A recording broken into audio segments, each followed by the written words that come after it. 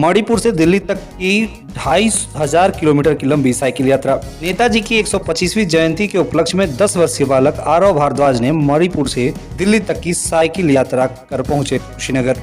मणिपुर, नागालैंड, आसाम, पश्चिम बंगाल, बिहार, उत्तर प्रदेश और हरियाणा होते हुए दिल्ली पहुंचेगी यात्रा। रास्ते में जगह जगह भव्य स्वागत। नमस्कार, आप देख रहे हैं जनमंच खबर। मणिपुर से दिल्ली तक की 2500 किलोमीटर लंबी साइकिल यात्रा पर निकला 10 वर्षीय बालक आरव भारद्वाज जन जन में फैला रहा देशभक्ति और आजादी के अमृत महोत्सव के साथ नेताजी की 125वीं जयंती का संदेश। 8 राज्यों से होते हुए मणिपुर, नागालैंड, आसाम, पश्चिम बंगाल, बिहार, उत्तर प्रदेश और हरियाणा होते हुए दिल्ली तक पहुंचेगी यह साइकिल यात्रा। रास्ते में जगह जगह लोगों द्वारा भव्य स्वागत भी किया गया। इनके साथ उनके पिता डॉक्टर अतुल भारद्वाज दूसरे साइकिल पर चल रहे हैं। गाड़ी में पीछे यात्रा के साथ एक फॉर्च्यूनर कार में 3 सदस्य और भी हैं, जिसमें उनके दादा भी शामिल हैं। यह यात्रा 14 अप्रैल से शुरू हुई है, जो 15 मई दिन रविवार को दिल्ली में समाप्त होगी। आपको बता दें कि छठी कक्षा में पढ़ने वाले 10 वर्षीय आरव भारद्वाज ने 14 अप्रैल को मणिपुर के मोइरांग से अपनी यात्रा शुरू की। यहीं पर नेताजी सुभाष चंद्र बोस की इंडियन नेशनल आर्मी ने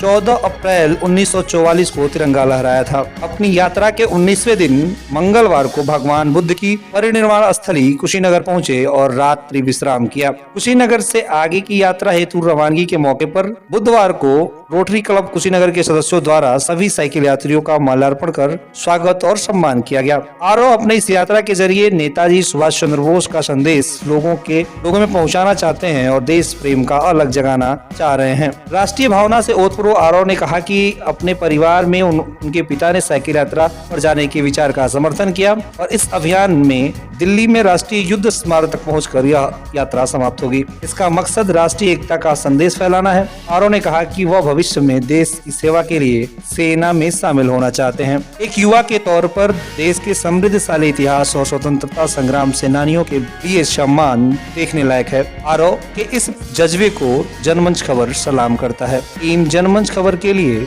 बैजनाथ जायसवाल की रिपोर्ट।